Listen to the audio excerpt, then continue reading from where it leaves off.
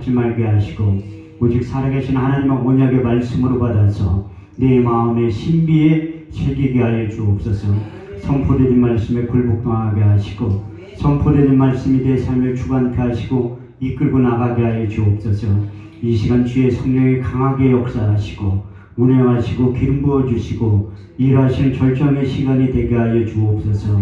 땅의 시간과 하늘의 시간이 공존하게 하시고 땅의 사건과 반드시 하늘의 사건이 동시에 일어나게 하여 주옵소서.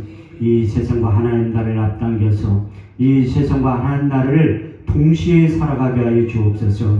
이 예배 가운데 거룩한 간유를 한량없이 부어주시되 개인적인 기름 부음이 임하게 하시고 더 나아가 집단적인 기름 부음이 임하게 하여 주셔서 그때 내 묵은지 먹게 떠나고 멍에가 벗어지되 기름진 까닭에 멍에가 그의 목에서 부러지게 된다고 하신 이사야 10장 27절 말씀이 이루어지게 하여 주옵소서.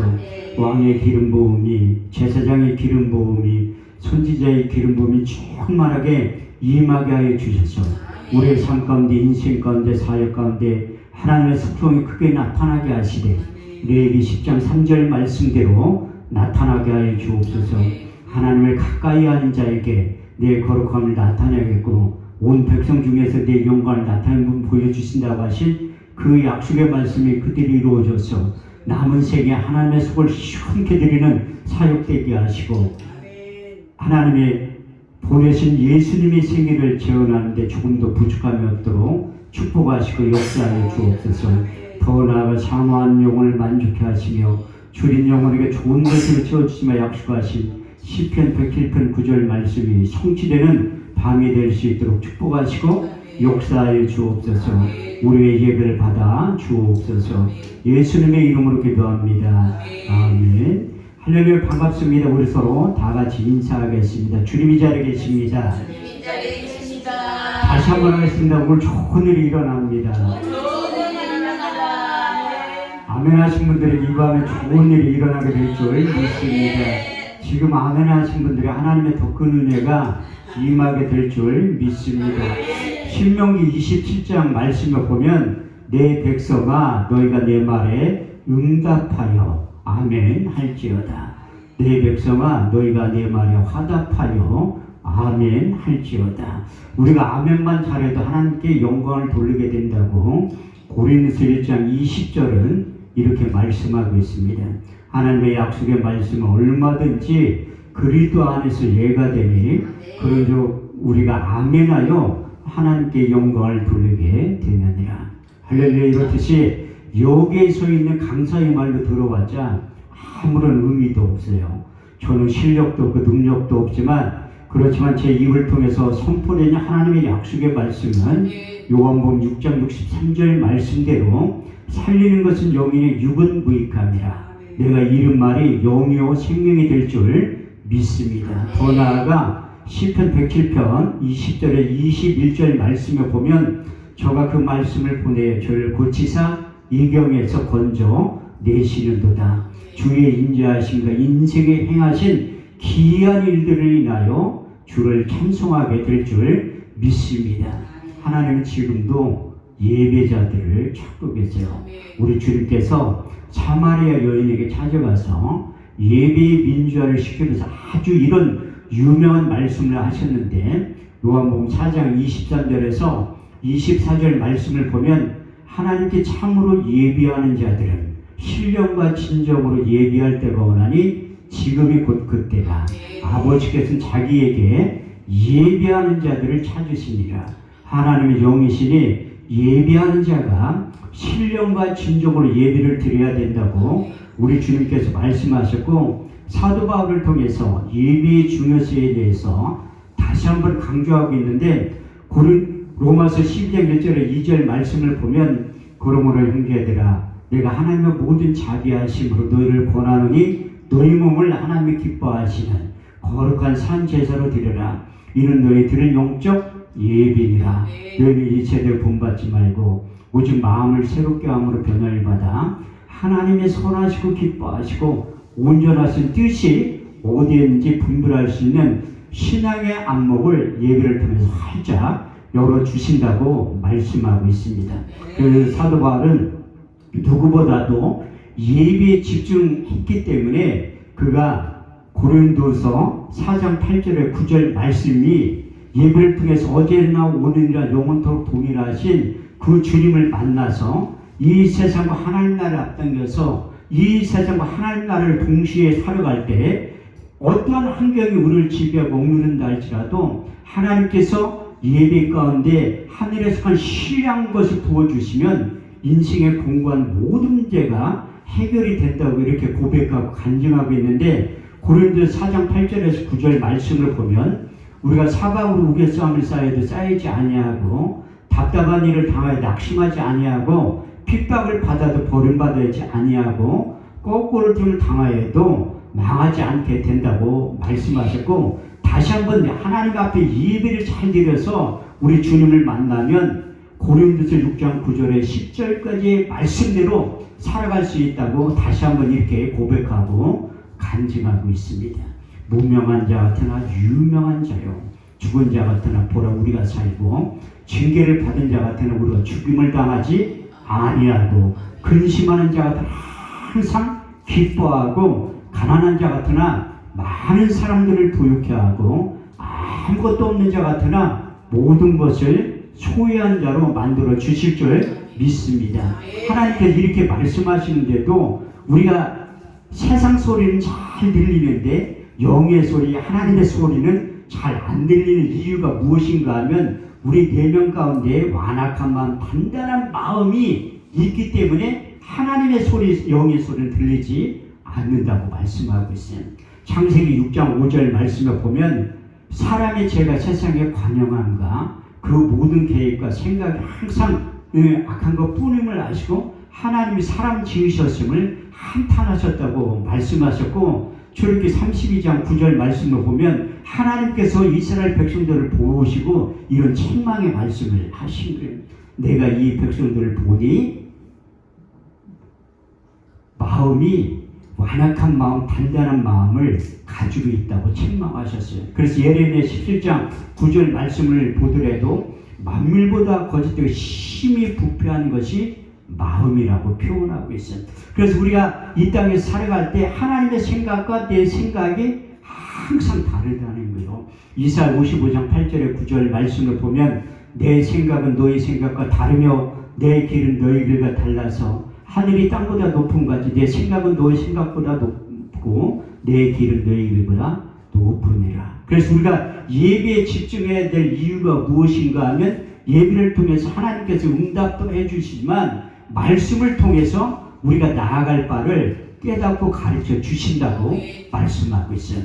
여호수아 1장 8절 말씀에 보면 이 율법책을 내 입에서 떠나지 말며 주야로 그것을 묵상하여 그 가운데 기록한 대로 다 지켜 행하라. 그리하면 내가 형통하게 될 것이라. 평탄한 삶을 영위하게 될 것이라고 말씀하셨고 하나님의 약속의 말씀이 우리 인생에 내비게이션의 역할을 하게 된다고 시편 119편 105절 말씀에 보면 주의 말씀은 내 발의 등이요 내 길에 빛의 역할을 하게 된다고 말씀하고 있어요. 그렇지만 우리가 하나님의 말씀을 듣긴 들어도 듣지 못하고 보긴 보아도 보지 못하고 또 마음으로 생각지 못하는 이유가 무엇인가 하면 이사야 선지자의 입술을 통해서 우리 주님께서 사도 바울을 통해서 이렇게 말씀하고 있는데 너희가 하나님의 말씀을 듣긴 들어도 듣지 못하고 보긴 보아도 보지 못하고 마음으로 생각지 못하는 이유가 너희 속에 완악한 마음, 단단한 마음이 있기 때문에 영의 소리, 하나님의 소리는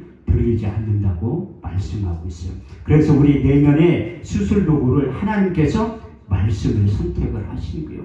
여러분들이 잘 알고 있는 히브리서 4장 12절에 13절 말씀을 보면 하나님의 말씀은 살았고 운동력이 있어 좌우의 날선 어떤 검보다도 예리하여 혼과 영감의 간절과 골수를 찔러 쪼개기까지 하며 또 마음의 생각과 뜻을 감찰한다고 말씀하고 있습니다. 구약적인 표현은 하나님의 말씀이 증거되고 선포되는 자리는 마음의 할례가 일어난다. 마음의 가죽을 벤다고 표현하고 있는데 신약적인 표현은 마음에 찔린다고 표현하고 있습니다. 하나님의 영으로 감동된 사도들이 나가서 대제사장, 서기관, 바리새인 앞에서 내가 보고 들은 예수를 전하지 않고는 힘들 수 없는 뜨거운 마음을 주시고 하나님의 약속의 말씀을 성령이 말하게 하심을 따라 복음을 전하고 증거할 때 그 말씀을 들었던 사람들이 마음에 찔렸다고 표현하고 있습니다. 사도행 2장 30절에서 39절 말씀을 보면 저희가 이 말을 듣고 마음에 찔려 베드로와 또 다른 사도들에게 물어가로되 형제들아 우리가 어찌할까 하거늘 베드로가 가로되 저희가 각각 회개하여 예수 그리스도의 이름으로 세례를 받고 제사함을 얻으라. 그러하면 성령을 선물로 받으리니 이 약속은 너희와 너희 자녀 모든 먼데 사람 곧즉 우리 하나님을 얼마든지 부르시는 자들에게 하신 것이라. 그래서 사도들이 나가서 하나님의 말씀을 전하고 증거할 때 그 말씀을 들었던 사람들이 마음에 찔리고 회개하고 자복하는 놀라운 역사가 나타나기 시작했다고 말씀하고 있습니다. 그런데 사도행전 7장에 가면 스데반 집사님도 똑같이 사도행전 2장 4절 말씀을 보면 저희가 다 성령의 충만을 받고 성령이 말하게 하심을 따라 다른 언어로 말할 때 마음에 찔렸다고 표현하고 있습니다. 사도행전 7장 54절, 57절, 58절 말씀을 보면 저희가 이 말을 듣고 마음에 찔려 저희를 향한 이를 갈구는 큰 소리를 지르며 스데반 집사님을 성 밖으로 내치며 돌로 쳐 죽였다고 말씀하고 있습니다. 그래서 여러분들이 하나님의 약속의 말씀을 들을 때 내 내면 가운데서 빅뱅 현상이 나타나는데 그 누가복음 2장 35절 말씀에 보면 칼이 내 마음을 찌르듯 하니 마음에 숨은 것이 드러나게 된다고 말씀하고 있습니다. 오늘 하나님의 약속의 말씀을 듣는 여러분들이 회개하고 자복할 때 하나님께서 예배는 성령을 한량없이 부어주시며 약속하신 그 은혜의 말씀대로 이루어지게 될 줄 믿습니다. 사도 바울은 누구보다도 우리 주님을 만난 거예요. 그런데 사도 바울이 우리 주님을 만난 거랑 우리랑 똑같은 거예요. 그 예수님 당시에 동시대에 살았던 인물이지만 예수님의 제자들처럼 예수님의 육신의 눈으로는 직접 목격하지 못했어요. 그렇지만 성령을 통해서 누구보다도 우리 주님에 대해서 자세히 알게 됐는데 우리 주님께서 마지막 고별 설교할 때 보혜사 진리의 성령에 대해서 4번에 걸쳐서 말씀을 하신 거예요. 요한복음 14장 16절 18절 말씀에 보면 내가 아버지께 구하겠으니 그가 또 다른 보혜사를 너에게 주사 영원토록 너희와 함께 있게 하시리니 저는 진리의 영이라. 이 세상은 능히 저를 받지 못하나니 이는 저를 보지도 못하고 알지도 못함이라. 그러나 너희는 저를 아나니 저는 너희와 함께 거하시며 또 너희 속에 계시겠습니다. 내가 너희를 고아와 같이 버려두지 아니하고 너희에게 다시 온다고 말씀하셨고 두 번째 요한복음 14장 26절 말씀에 보면 보혜사 곧 아버지께로부터 너에게 보내실 성령 그가 너에게 모든 것을 가르치시고 내가 말한 모든 것을 생각나게 하시라. 그분이 오셔야지만 예수님에 대해서 정확히 가르쳐주고 그분이 오셔야지만 그분이 하신 말씀을 생각나게 하신다. 많은 분들이 제가 머리가 좋아서 성경 말씀 많이 기억하고 암송한다고 하는데 그게 아니라 내 마음속에 하나님의 영으로 감동되고 성령으로 충만했기 때문에 생각나게 하시는 거예요. 머리가 좋아서 많이 아는 것이 아니라 여러분들 한 주간 동안 집회에 참석하면 저에게 주셨던 지혜의 말씀의 은사, 지식의 말씀의 은사가 임하게 될 줄 믿습니다. 그래도 제자들이 깨닫지 못하는 마지막 세 번째 이런 말씀을 하신 거예요. 아버지께로부터 너에게 보낼 보혜사 곧 아버지께로 나오시는 진리의 성령이 오실 때 그가 나를 증거하실 것이요. 그분이 오셔야지만 나를 증거하신다고 말씀해요. 그런데 제자들이 우리 주님께서 영적인 설교를 많이 하시다가 안 했다가 또 하시니까 깨닫지를 못하는. 그래서 네 번째 요한복음 16장 7절 9절 말씀을 통해서 내가 실상을 말하는 내가 떠나가는 것이 너에게 유익이라. 가면 내가 보혜사를 너에게 보내리니 그가 와서 죄에 대하여 의에 대하여 심판에 대하여 이 세상을 책망하시리라. 죄에 대하여 너희가 나를 믿지 아니하며 의에 대하여 내가 아버지께로 와서 너희가 다시 나를 보지 못하며 심판에 대하여라면 이 세상 임금이 심판을 받았느니라. 보혜사 진리의 성령이 오셔야 될 중요성에 대해서 말씀하셨는데 그래도 제자를 깨닫지 못하니까 우리 주님은 자상하셔서 마지막 결론을 내려주신 거예요.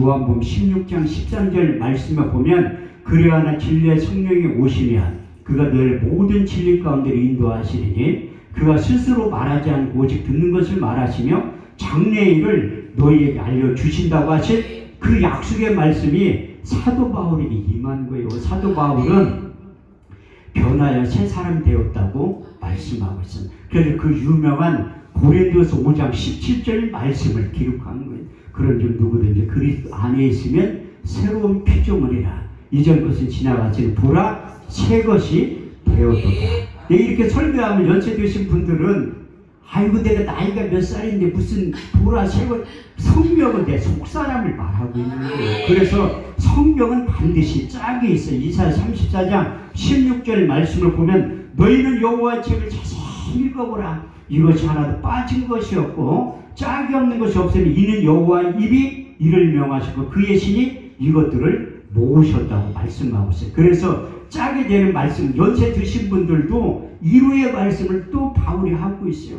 고린도서 4장 16절 말씀을 보면 우리가 결코 낙심하지 아니하노니 우리의 겉사람은 낡아지나 우리의 속사람은 날로 새로워진다는 거예요. 그래서 사도 바울이 변해서 새 사람이 되었다고 고백하고 간증하고 있는데 성경에 새 사람이라는 단어가 딱 4번 나와요. 구약에 1번, 신약에 3번. 왜 신약에 3번 누가 기록했습니까? 바울이 기록했다니까. 여러분도 변해서 새 사람이 됐다니까. 새 사람이 되면 제2의 인생, 제3의 인생을 다시 시작할 수 있게 된다고 우리 주님께서 말씀하시는데도 그걸 인정을 안 합니다. 그래서 우리 육체가운데 우리 주님께서 약속한 성령을 부어주시면 여러 가지 일들을 하시지만 새 영과 새 마음을 부어주시는 에스겔 36장 26절에 27절 말씀을 보면 내가 너희 속에 새 영을 주고 새 마음을 주어 너희 육신의 굳은 마음을 자하여 버리고 부드러운 마음을 줄 것이며 너희 속에 새 신을 주어 너희가 내 율례와 규례와 법들을 지켜 행할 수 있는 능력이 이로부터 임하게 된다고 말씀하고 있습니다. 우리가 하나님의 약속의 말씀을 믿음으로 순종할 것 같지만 안 된다는 거예요. 왜? 하나님 우리에게 율법 613가지를 줬지만 하지 말라는 거 365개, 하라는 거 248개를 줬는데 우리는 하라고 하는 건 안 하려고 하고 하지 말라는 길을 쓰고 하려고 하는 거예요. 그래서 사도 바울도 하나님 말씀 속으로 들어가면 들어갈수록 자기의 호문이 벗겨지게 된다고 고백하고 있어요. 그래서 로마서 7장 21절 25절 말씀을 보면 내가 한 가지 법을 깨달았노니 선을 행하기 원하는 나에게 악이 항상 함께 있는 것을 보는도다. 속사람은 내가 하나님의 법을 즐거워하되 내 지체 속에 또 다른 법이 내 마음의 법과 싸워 내 지체 속에 있는 죄의 법 아래로 사로잡아 오는 것을 보는도다. 내 속사람은 하나님의 법을 즐거워하되 내 지체 속에 있는 또 다른 법이 내 마음의 법과 싸워서 갈등하게 만든다는 거지. 더 나아가 로마서 8장 5절 8절 말씀을 보면 육신의 생각과 영의 생각이 존재한다고 말씀하고 있어요. 육신을 쫓는 자는 육신의 일을, 영을 쫓는 영의 일을 생각하나니 육신의 생각은 사망이, 영의 생각은 생명과 평안이니라.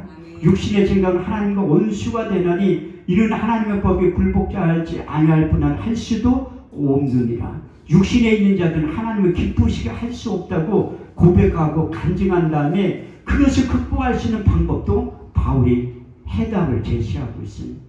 갈라디아서 5장 16절에서 18절 말씀을 보면 성령을 쫓아 행하라. 그럼 육체의 욕심에 이르지 아니하느니 육체의 소욕은 성령의 소욕을 거스리고 성령의 소욕은 육체의 소욕을 거스리라니 이 둘이 대적함으로 너희가 원하는 것을 하지 못하게 한다고 고백하고 간증하고 있어요. 그래서 사도 바울이 영으로 찾아줄 그 주님을 만난 다음에 그가 가지고 있는 유전적인 모든 것을 내려놨다고 고백하고 있어요. 어떻게 보면 사도 바울이 요즘 말로 표현하면 금수저를 물고 태어난 사람이에요. 빌립보서 3장 5절에 6절 말씀에 보면 사도 바울의 출생의 비밀에 대해서 이렇게 기록하고 있는데 내가 단지 8일 만에 할례를 받고 이스라엘 족속이요 베냐민 지파요 히브리인 중에 히브리인이요 율법으로는 바리새인이요 열심으로는 교회를 핍박하고 율법의 의로는 흠이 없는 자라고 고백한 다음에 인격적으로 다메섹 도상에서 우리 주님을 만난 다음에 빌립보서 3장 7절 8절 말씀을 보면 무엇이든지 내게 유익하던 것을 그리스도 예수를 위하여 해로 여길 뿐 아니라 해로 여기면 내 주 예수 그리스도를 아는 지식이 가장 고상함을 이인함이라. 내가 그를 인하여 모든 것을 잃어버리고 배설물로 여기면 그리스도를 얻고 그 안에서 나를 발견하게 되었다고 말씀하셨습니다. 그래서 우리가 사도 바울이 우리 주님을 인격적으로 만난 다음에 첫 번째 신앙 고백이 갈라디아서 2장 20절이라는 거예요. 내가 그리스도와 함께 십자가에 못 박혔나니 그런즉 이제는 내가 산 것이 아니요 오직 내 안에 그리스도께서 사신 것이라.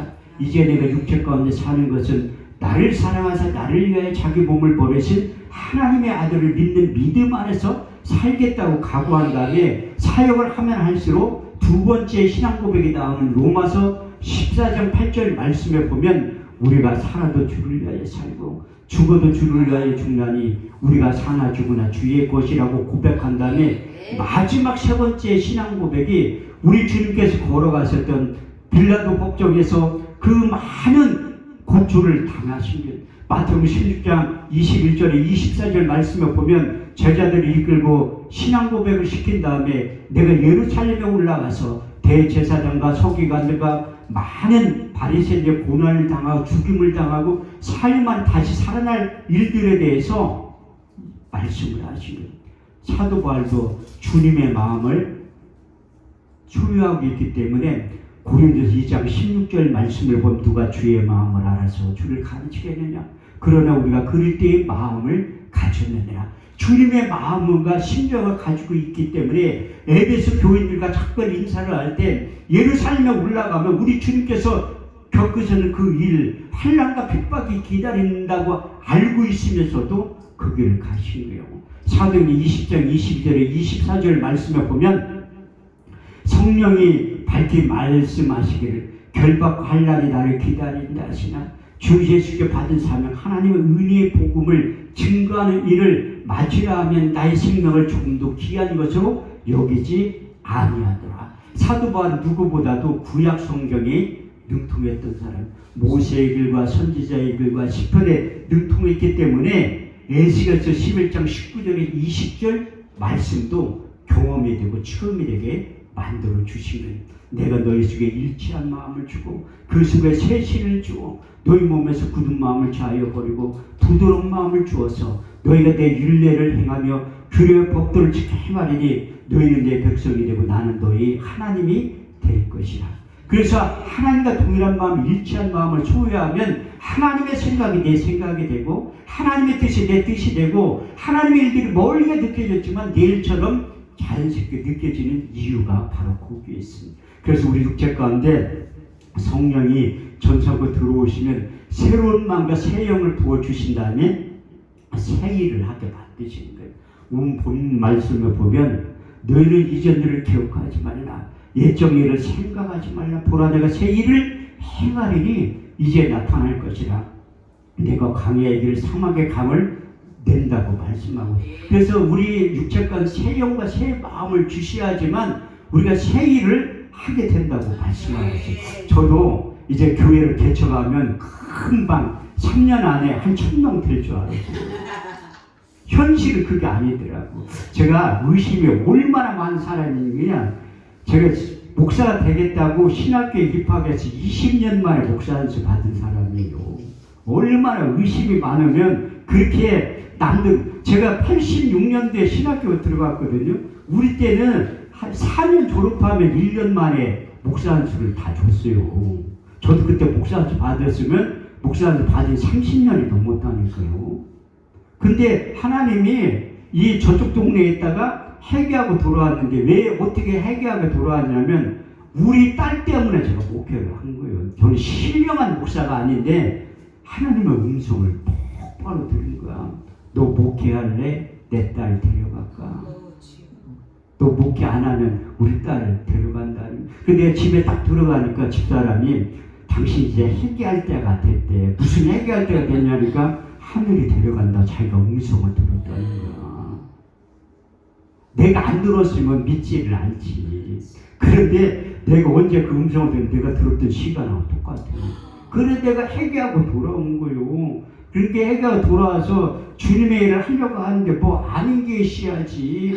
그래서 나름대로 내가 하늘산 기도원에 간 거요. 그래도 제가 하늘산 기도원 죽광사라니까 제가 8월 첫 주간에 옛날 같은 나 같은 강사를 누가 세우겠어? 안 세우지. 8월 첫 주에 개인 집회 하고 왔다니까요. 6월 달에도 개인 집회 했는데 그 총무 목사님이 아니 은혜가 되니까 또 부르지. 은혜 안 되면 빠이빠이 안 부른다니까. 그래가지고 하늘산 기도원 내가 거기를 간 거예요. 내가 거기 왜 갔냐면 술 끊으려고 갔어. 술 끊으려고. 내가 손대는 것마다 방해. 내가 그 사업체에 있는 사장님도 나 때문에 방했다니까. 왜? 내가 세상 가운데 있으니까 내 주변 사람들 다 교통정리를 한 거야. 그래서 다 망하게 만든 거예요. 그래도 회개하고 돌아왔다니까. 그래서 목회는 하긴 해야 되는데 아유 한 달에 32일을 먹었니 어떻게 술을 내 의지대로 먹고는. 술도 3박자가 맞아야지 먹는 거예요. 조영규 목사는 3박자 축복에 대해서 얘기하지만 술을 3박자가 맞아요. 첫째 건강이 있어야 돼. 두 번째 돈이 있어야 되고 세 번째 시간이 있어야 돼. 직장생활 하는 사람 같으면 밤새도록 못 먹지. 아니 내가 한 달에 32일씩 술을 먹었는데 어떻게 31일 새벽까지 먹어.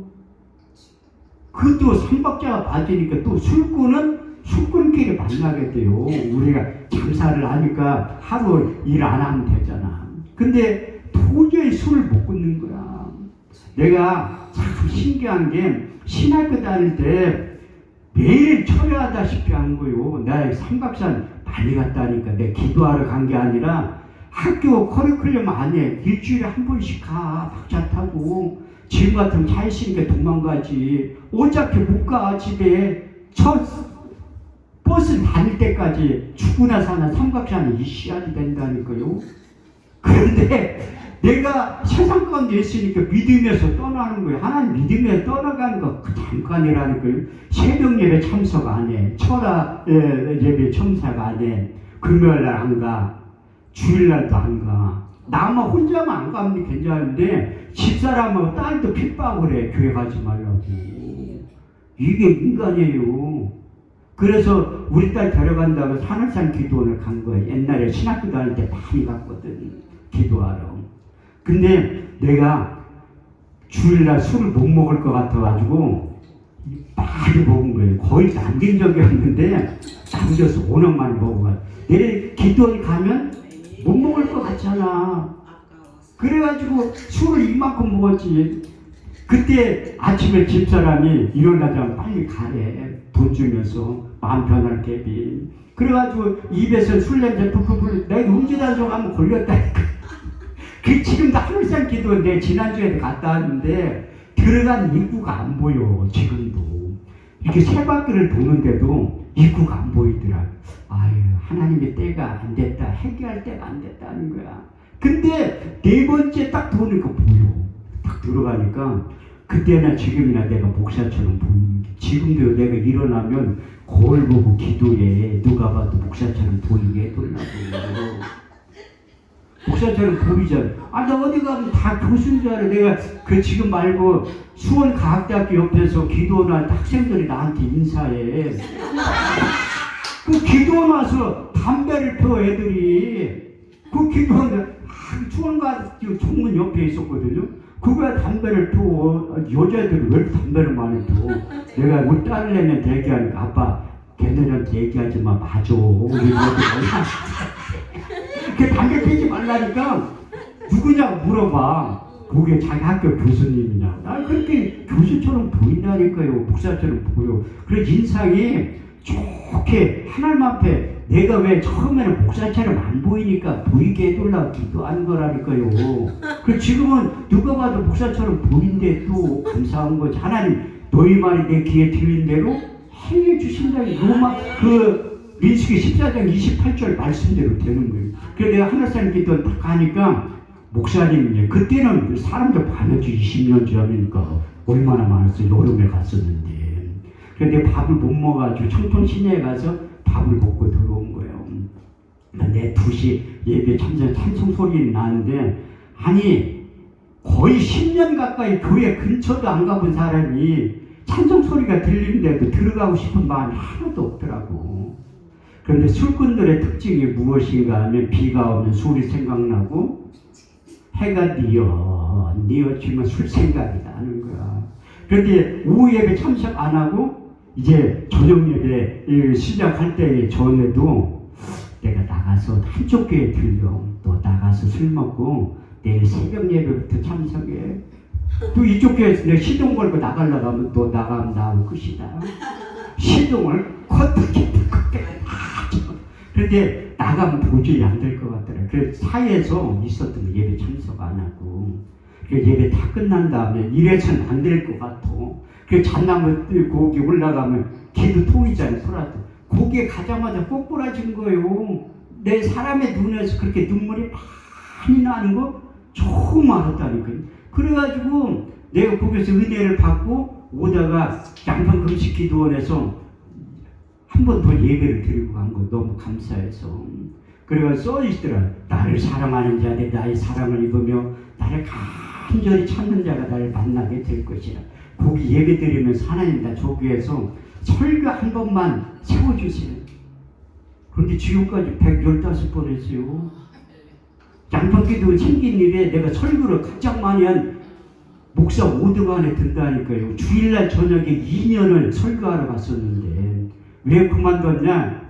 내가 양평기도 문 닫을 때도 금요 철회하고 토요 집회하고 문 닫았어요. 나수영 목사가 전화 왔더라. 문 닫는다고. 그래서 내가 그 양평기도 문 닫을 때 많이 하겠다니까요. 내가 좀 더 잘 섬길 거 최선을 다해서 섬길. 그 양평기도를 내가 10년을 넘게 왜 섬겼냐면, 양평기도를 통해서 20일, 40일 금식한 목사님들이 18,000명이 넘어요. 그래서 섬긴 거야. 최선을 다해서 섬겼는데, 그래서 문 닫은 게 너무 안타까운 거지. 그래서 하나님이 제가 교회를 개척해야 되는데 돈이 있을 때 시키면 얼마나 좋아. 물질에 대해서 깨끗할 때 교회를 개척하게 만들면, 물질이 깨끗한 게 뭐냐면 돈이 한 푼도 없다는 거야.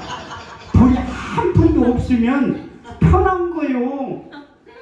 없으면, 아니 돈 가지고 시작한 목사님들은 돈 떨어지면 목회 못해. 사람 의지했던 사람들은 사람 떠나면 못한다. 우린 망해야 본전이야. 아무것도 없이 시작했으니까. 그래서 내가 하나님이 그 분당 순복음교회 옆에 쫄딱 망해가지고 집도 경매를 다 넘어가 버리고, 그 옛날 공장 망한 사장님한테 찾아가 여기에서 좀 있게 해둘라니까, 왜 집 산 거 어떻게 했네. 경매해서 넘어갔다고 하니까 여기가 살래. 그런데 하나님 보낸 데는 다 이유가 있어요. 분당 순복음교회 옆에 정자동에 걸어서 10분 거리야. 거기 순복음교회는 24시간 열어놓죠. 매일 가는 거야. 한 1년쯤 되면 집사람 오더니 이제 교회를 개척해도 된대.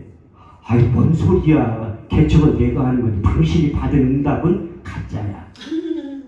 그래가지고 나도 기도해보니까 응답이 떨어진 그 기도 정보를 보니까 지금의 태평 사동에 그 자리가 났더라고. 2천에 65만원 시설비 700. 내가 찾아갔지. 전재산 50만원 가지고 찾아가가지고, 그분이 합동층 목사님인데 목회가 안 돼서 딴 데를 이사 간데 공포로 내가 찾아가서 얘기를 했지. 2시간 동안 설득을 하는데, 그분이 설득을 당했다는 말, 그때 잘하는 능력이 임한 거예요. 하나님이 말 잘할 수 있는 능력을 주신 건데, 우리가 친남매인데요. 내가 아까도 간증했지만 우리 형제들은 말을 안 해. 지금도 어쩌다 명절 때 만나면 왔냐 잘가 그게 끝이야. 동생이 목동에 사는데 교회 좀 오라고 하면 안 와. 그러면 나한테 전화 와가지고 형 용돈 드릴 테니까 자기 집에 뭐래. 그럼 얼른 가야지. 신방을 돈 준다는데 왜 안 가? 가면 동생이 형 왔어요? 잘 있었냐? 예, 그게 끝이야. 2시간 동안 얼굴만 쳐다보고 있어. 재수씨는 답답해 죽겠다는 거야. 재수씨가 서울대 나와서 얼마나 똑똑한 여잔데 그런데 답답해 죽겠대. 나는 그 세상적인 얘기는 안 한다니까요. 봉어린 줄. 우리 형제들이 식당에 가서 밥 먹을 때 우리 주문할 때도 말로 안 해. 손가락으로 하지. 30분 동안 먹고 나가다가 봉어리 안 했냐고 물어봐요. 식당 아줌마 계산할 때. 한마디도 안 해. 그런데 하나님 나에게 말 잘할 수 있는 능력을 주신 거 아까도 간증했잖아요. 그래서 여러분들이 하나님이 언제 역사할지 모르니까 잘 빠지지 않고 참석을 하셔야 돼요. 아니 어떤 분들 내가 이렇게 얘기하면 10월날 저녁 때가 와 끝날 때 하나님이요 내일 저녁에 응답할 수도 있어요. 그러니까 시간마다 참석을 해야 된다니까. 그래야지 여기 다 목사님들만 계시는데 나에게 주신 지식의 말씀에서 지혜의 말씀의 은사가 임한다니까요. 내가 이래봐도 아주 오사리 기도원 주광사라니까요. 많은 분들은 오사리 기도원 2-3번 하고 주광사래. 나는 25번 설교해봤어요. 자체 성회할 때도 3번 불려갔다니까. 그 자체 성회할 때 강사료도 줘요. 45만 원. 내가 비서 전도사님 물어보니까 원래 50만 원인데 부가세 10% 5만 원 띄고 45만 원 준다. 그거 자체 성회는 잘 안 불러. 여기 계시잖아요. 전도사님. 그 오사리 기도원에서 찬양 사역을 15년 하셨는데 잘 알잖아요. 아무나 안 부른다니까. 내가 25번 설교해봐서 올해만 3번 설교해봤는데. 그래서 하나님이 왜 그렇게 전국적으로 이렇게 쓰임받게 하냐면 이게 하나님이 나를 부흥사를 불렀잖아요. 누가 보면 내가 부흥사를 누구야? 내가 부흥사라고 아무도 인정을 안 하는데 나는 내 나름대로 인정을 해. 우리나라에서 설교 가장 잘하는 사람이 누구냐면 내가 3등 했었거든요. 1등이 조용기 목사님, 2등이 손옥자 목사님이야. 내가 3등 했어. 그런데 내가 조용기 목사님 순천했으니까 자연히 2등으로 올라갔다니까. 손옥자 목사님보다 내가 더 오래 살아야 할 때 그 1등 한 번 해보지. 아, 손옥자 목사님 우리 기도하는 설교하는데 어우 잘하시더라고. 그런데 또 오시라니까 또 안 온대. 엄청나게 비싼 강사인데 강사를 조금 져서 그런가 안 오신다는 거야. 그런데 한 번 더 모시려고 한다는 게 10년 축복 대석이 할 때. 왜? 이 손옥자 목사님이 조만간 1등으로 올라갔다니까요. 잡으시는 거야. 아무도 나를 부흥사를 인정 안 해도 내가 부흥사 세계에서 나보다 더 쓰임받는 사람이 없다고 생각해요. 저도 내년 10월 달까지 집회가 다 잡혀있다니까요. 여러분들이 나를 몰라서 그렇지 아는 사람 다 알아. 우리 교회 성도들은 우리나라 설교 누가 제일 잘하냐면 내가 제일 잘해. 왜? 의식화가 됐기 때문에 그런 거예요. 거기 가서도 그 목사님한테 2시간 동안 얘기를 했어. 내가 50만 원 헌금하면서 이게 내 전재산이랑 헌금하고 이게 보증금 어디에서 마련해 올 거냐. 기도원 가서 마련해 온다니까. 무서워. 아니 자기가 목회를 나한테 목사한테 받았냐고 물으면 안 받았다고. 사역한 경험이 있냐? 없어요. 나는 전도사한테 사역한 경험이 없어. 오라고 하는 데도 없고 가고 싶지도 않고 그래가지고 그러니까 그분이 먹힌 거야. 그 신혈비 700불라고 했는데 깎아가지고 500만 원을 깎았다니까. 그것도 내가 돈이 없으니까 5개월 할부로 한 달에 100만원씩 준다니까. 막 웃어. 그럼 그 목사님 설득을 당했어. 근데 자기는 고난이 없대. 사모님이 고난이. 아이 그럼 진작 얘기를 하지. 빨리 모시고. 그 2시간 동안 또 얘기를 하면 그 사모님도 그렇게 된 거예요. 그래가지고 내가 거기를 간 거예요. 2달 동안. 그분이 임대를 내줄 테니까 기도원 가지 말고 여기에서 기도하래. 근데 내려간 어떤 할머니가 올라오더니 후임자로 오시는 목사님이네. 나 목사 아니라고. 그런데 후임자로 올 거라고 하니까 내일 새벽 예배 드리죠. 그렇게 얘기를 하더라고. 깜짝 놀라가지고 나도 얼떨결에 이해했어. 아니 지금도 누가 새벽 예배를 누가 만들어 힘들어 죽겠는데 얼떨결에 난 지금도 새벽 2시에 자요. 그런데 4시에 일어나서 오야 돼. 정자동에서 성남도 그 태평 사동까지 오야 돼. 그런데 나이가 아침잠이 많으면 집사람들이 일찍 일어나요. 나보다 잠이 더 많어. 싫나 좋으나 4시에 일나가지고 온 거예요. 내 그 할머니, 그러니까 하나님이 나를 만들어 가정도 여러 가지라니까요. 그래가지고 거기서 했는데 내가 왜 의심이 많냐면, 아니 목회를 하려면 돈이 많이 들어가잖아. 그러니까 예수님이 목회할 때 3년 반 동안 내가 돈이 얼마나 들어갔나 한번 계산을 해본 적이 있다니까요. 왜? 돈이 없으면 목회를 못하잖아. 내가 다른 건 모르고 13명의 남자들이 밥을 먹여야 되나, 하루에 3끼씩. 요즘 말로 피곤하면 김밥 천국에 가서 김밥 한 6,000원짜리 사 먹어도 한 끼에 13,000원이라니까. 만 원씩만 잡아도 하루에 3만 원이야. 응? 3만 원이면 한 달이면 90만 원, 1년이면 돈이 얼만데. 근데 거기에 성경에 내가 짝이 있다고 얘기했잖아요. 누가복음 8장 2절 3절 말씀을 보면 예수님을 섬겼던 사람들이 밥값을 낸 사람이 있다니까요. 헤롯의 총직의 구사의 아내 수산나와 요한나, 그의 많은 여자들이 자기의 소유로 예수님을 섬겼더라. 그때나 지금이나 경제권은 여자들이 가지고 있어. 우리 교회도 내가 성도들한테 충성할 기회를 드린다고 하면 아는 소리 크게 없는 사람들은, 있는 사람들은 절대 아멘 듣느라고 할 때지. 이게 남자 집사람들 아멘해도 못 믿어. 집에 갔다 와보야지 않는다니까. 경제권을 보고 있는데. 그런데 하나님이 나를, 내가 개척하기 전에 내 나름대로 인물되지, 실력되지, 능력되지, 하나님 반드시 압구정동이나 청담동에서 교회를 개척시켜줄 줄 알았더니 웬걸? 이사야 55장 8절에 9절 말씀을 보면 내 생각은 너의 생각과 다르며 내 길은 너의 길과 달라서 하늘이 땅보다 높은 내 생각은 너의 생각보다 높으니라.